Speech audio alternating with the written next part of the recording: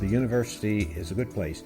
It always has been a good place. It just was not an inclusive place.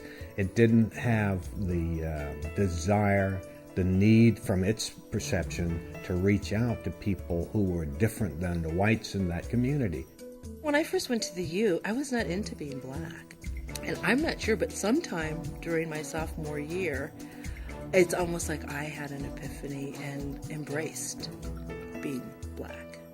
Everything that was happening in the country at the time began to make sense. I began to identify with being black. I began to understand the different movements around the country. It was a pretty natural process for us to move towards establishing a Black Student Union so that we could be able to engage in issues that we thought needed to be addressed on the campus, number one, and also be a part of the issues and things that were taking place outside of the school. We went from the Negro Students Society, then we changed our name to the Afro-American Student Society, then we went to LA and came back as the BSU.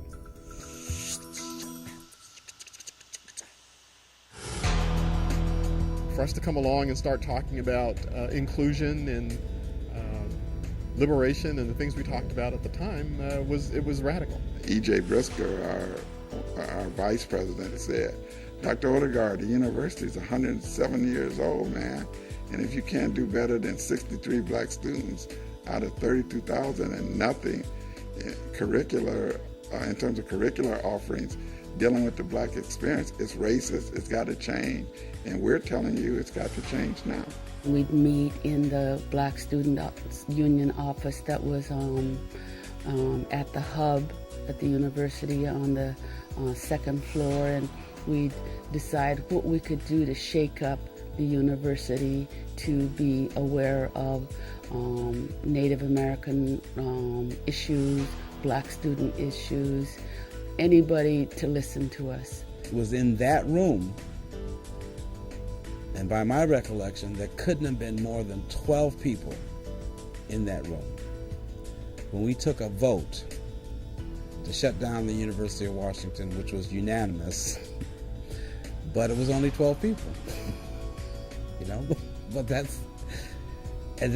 12 people voting to shut down the University of Washington tells you all you need to know about our state of mind, that we felt that we could do anything that we chose to do. And we were very, very serious.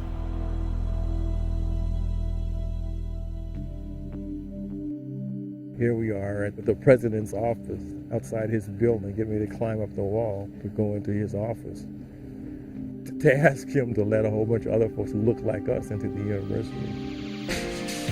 It caused quite a stir on campus. These were, cheering and marching and saying what we were going to do, and we marched in, and oh God, what a scene!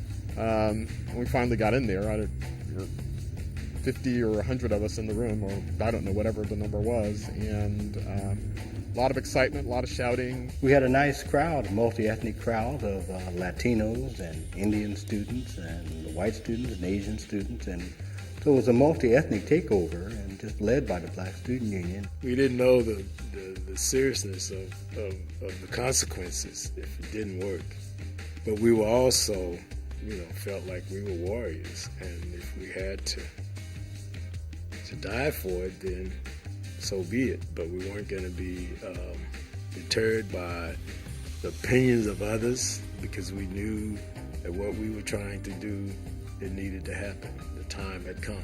After 4 hours sit-in, the 5 basic demands that we put forth, Dr. Odegaard signed off on them. And they might have seemed revolutionary then. In retrospect, they weren't. We left the University Administration building in triumph. We felt like we had made our point. We had a rough beginning. We didn't know what we were doing. I don't know if the university knew what it was doing, but it was a start, and it was a start in the right direction, and I'm very happy it happened.